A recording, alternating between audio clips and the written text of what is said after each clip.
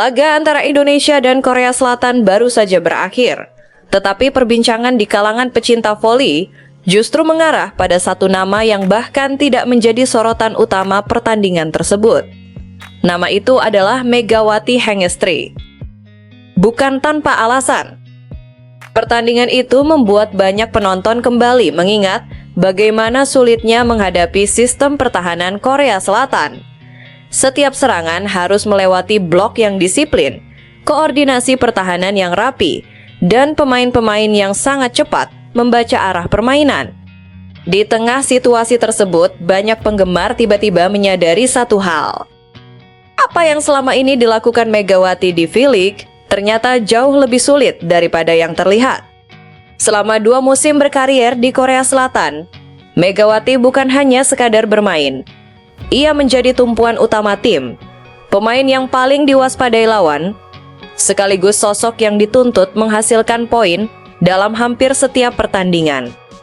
Ketika lawan sudah mengetahui kemana arah serangan akan datang, tugas seorang penyerang menjadi berkali-kali lipat lebih berat. Namun justru disitulah keistimewaan Megawati terlihat. Alih-alih kehilangan efektivitas, ia mampu menemukan berbagai cara untuk tetap mencetak angka. Kadang melalui pukulan keras yang sulit dihentikan, kadang lewat penempatan bola yang cerdas, dan tidak jarang melalui keputusan-keputusan cepat yang membuat blok lawan kehilangan keseimbangan.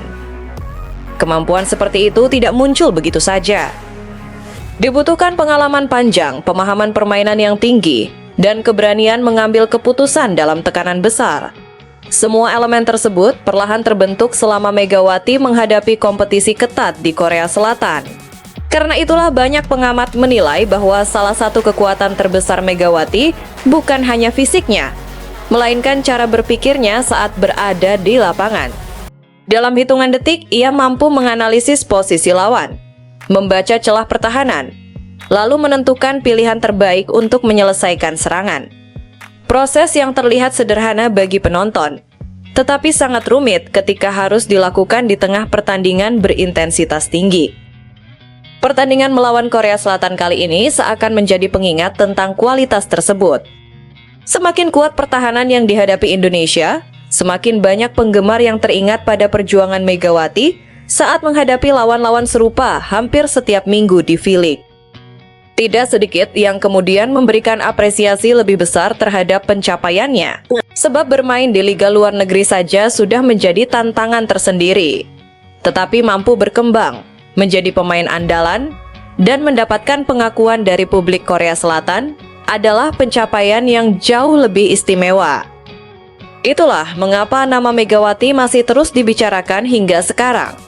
Bukan hanya karena jumlah poin yang pernah ia cetak atau penghargaan yang berhasil diraih, tetapi karena ia telah menunjukkan bahwa pemain Indonesia mampu bersaing di level tertinggi dan mendapatkan respek dari negara yang memiliki tradisi voli kuat. Bagi banyak pecinta voli, pertandingan ini memberikan pelajaran sederhana. Kadang kita baru benar-benar memahami nilai seorang pemain ketika melihat betapa sulitnya melakukan apa yang selama ini ia lakukan dengan begitu konsisten. Dan dalam kasus Megawati Hangestri, semakin banyak orang yang menyaksikan kerasnya persaingan voli Korea. Semakin jelas pula alasan mengapa namanya dianggap sebagai salah satu pemain paling berpengaruh dalam sejarah voli putri Indonesia. Sebuah status yang tidak lahir dari popularitas semata, melainkan dari kualitas, kerja keras, dan pembuktian nyata di lapangan.